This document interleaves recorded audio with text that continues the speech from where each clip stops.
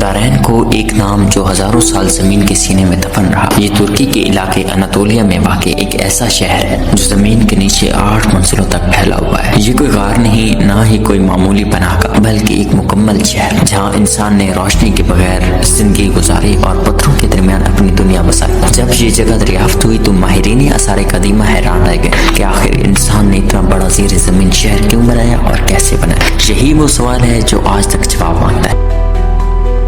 1963 میں ترکی کے ایک عام شہری نے اپنے گھر کی دیوار توڑی۔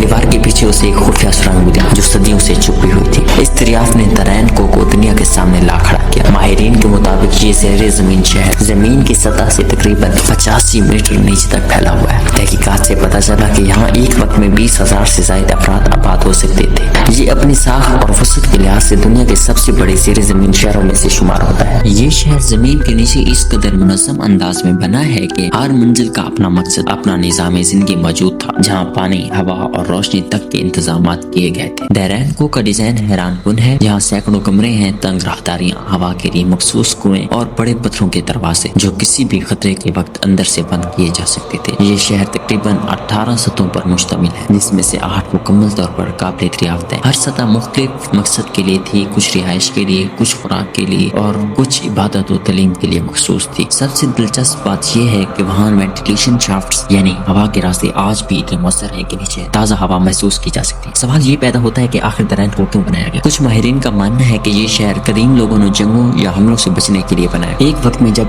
دشمن شمال سے حملہ ور ہوتے تھے تو لوگ زمین کے نیچے پناہ لیتے۔ ایک دوسری تحقیق کہتی ہے کہ یہ شاید قدرتی آفات، زلزلوں یا موسمی تبدیلیوں سے بچاؤ کے لیے بنایا گیا تھا، جبکہ کچھ لوگ خاص طور پر قدیم نظریات کے ماہر یہ بھی کہتے ہیں کہ دارین کو کسی پراسرار تہذیب کے واقعات ہیں جو زمین کے نیچے رہنے پر مجبور ہو گئی، لیکن آج تک اس کی تعمیر کرنے والی قوم کا کوئی حتمی ثبوت نہیں مل سکا۔ یہ سوچنا بھی حیران کن ہے کہ ہزاروں لوگ سورج کے بغیر وقت کے احساس کے کس طرح نیچے رہتے ہوں گے۔ دارین کو میں رہنے والے لوگوں نے اپنی زندگی کو مکمل طور پر زمین کے نیچے ڈھال لیا تھا۔ کھانے کے ذخائر، پانی کے چشمے اور چرچ جیسی عبادات خانے سب پتھروں کے اندر تراشے گئے تھے۔ کہا جاتا ہے کہ بچوں کے سکول تک نیچے موجود تھے، جہاں چراغوں کی روشنی میں تعلیم دی جاتی تھی۔ یہ ایک مکمل تہذیب تھی، بس فرق یہ تھا کہ یہ زمین کے نیچے چھپی ہوئی تھی۔ آج کی جدید ٹیکنالوجی کے باوجود ماہرین یہ سمجھنے میں ناکام ہے کہ اتنی گہرائی میں بغیر کسی جدید اوزار کے اتنا بڑا شہر کیسے تراشا۔ پتھروں کو کاٹنے کی درستگی، راستوں کی ترتیب اور وینٹیلیشن شافٹس کا کمال، یہ سب کچھ ظاہر کرتا ہے کہ دارین کو کے معمار انتہائی ذہین اور منظم لوگ تھے۔ کچھ محققین کا خیال ہے کہ یہ شہر ابتدائی